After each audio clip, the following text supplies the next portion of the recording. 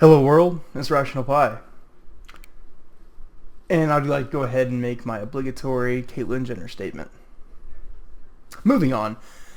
Today is going to be our second video in our Hello World series. In the first video we went over a very basic piece of code, and all it did was it printed out Hello World in the command statement. Very easy, very simple, 7 lines of code. Something that every new programmer should learn how to do before they should go anywhere else in programming. So in this video, we're going to go over a little bit more of a complicated version of that same piece of code. I spent a few hours looking around trying to find a complicated version of Hello World, and I found one that I felt pretty suitable, that uses inheritance and a little bit of dynamic allocation. Both of those subjects will be covered in a later project, and we will hit on those very briefly today. So as you can see here, the logic is a little bit more complex for this piece of code. I took out the initialization because that's something that you're going to have to do in every single piece of code. Eventually we'll get it to where we just need to hit the high points of every main class that's going to be utilized in a piece of code.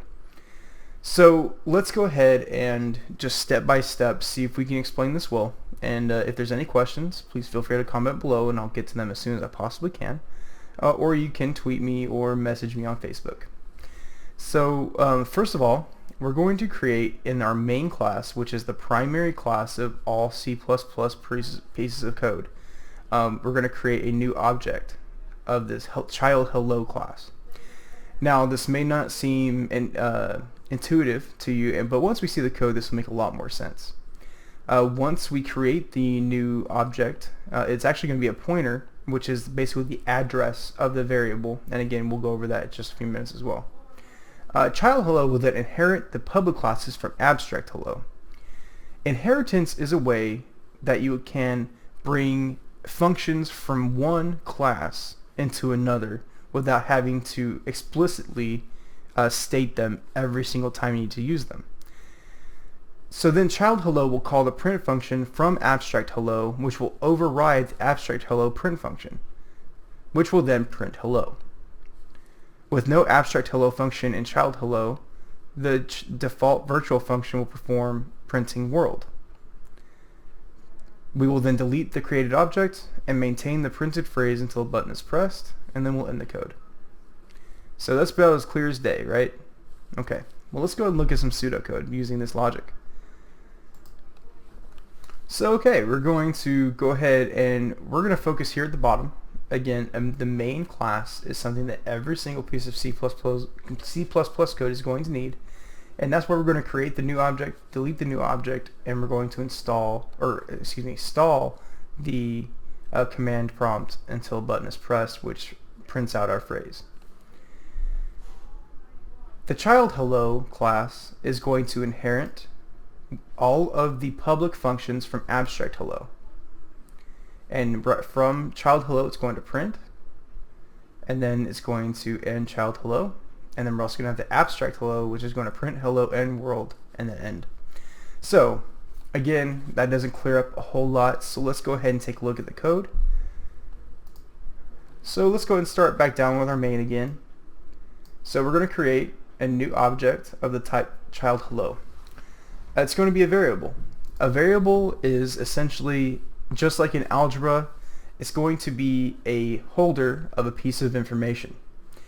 In C++, you can have many different types of data, including integers, floating point numbers, there are strings, which are like words and phrases, and you can also create different data types of your own. For example, in this case, it's child hello data type.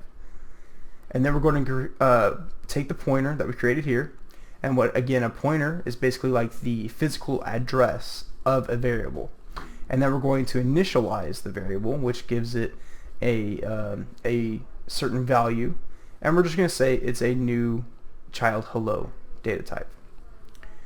This seems redundant, but again, I found this trying to find the most complex and the most redundant version of Hello World out there. So whenever this statement is utilized, it's going to jump up to the class child hello, because in here you see the child hello function. The child hello function, all it's going to do, it's going to print. Now, You may be asking yourself, where do you see this print function? Well, as I said, this symbol here, this colon, is what is referring to its inheritance. And it's going to, essentially what this says is class child hello is going to inherit all public functions from abstract hello. Abstract hello is right here. And all of this right here, that's the class that it's going to be pulling from. So everything within abstract hello can be essentially moved down to child hello without having to be copy and pasted. So that makes it really easy whenever you're trying to save lines of code or you're trying to keep things from getting too cluttered. So from here, it's going to call the child hello function, and it's going to print, and so now it's going to print from here, and it's going to print out hello. So all we have right now, if we stopped right here, is hello in the command prompt. Now, this will override this. However, there's still one function here that we have not utilized. And we'll go over what virtual void and what the public and int mean probably in our next video series. But essentially what virtual is, it means that it can be overridden as required later on in the code. However, in this instance, that is not needed to be required. So this function will now be utilized, and all it does is uses the cout, which we learned from our last video, which basically prints out space world exclamation point. Great. So I think that we are now ready to run this code. Let's go ahead and run the debugger, build it, and lo and behold, it prints out hello world. So that is now 2 videos where we have not had a compiler error, which is just great. Hopefully we can get many more with the same success. So what we're going to do, we're going to put this code on our GitHub page, which is again is RationalPi YT, and I'd like for you guys to pull this code and change it to where we can make it the most complicated hello world program out there. Again, I'd like to say thank you to User Need for Sleep on the C++ forums for posting this. Definitely want to give credit where credit is due. I don't like it when people steal my code, so I'm assuming that he would or she would appreciate that credit as well. Our next video series is going to be about the Fibonacci sequence, and essentially what that is a series of numbers where the third number and on is the sum of the previous 2 numbers, and we're going to be utilizing recursion on how we're going to calculate the next number in that series. That series should be posted next week. I'm looking forward to it.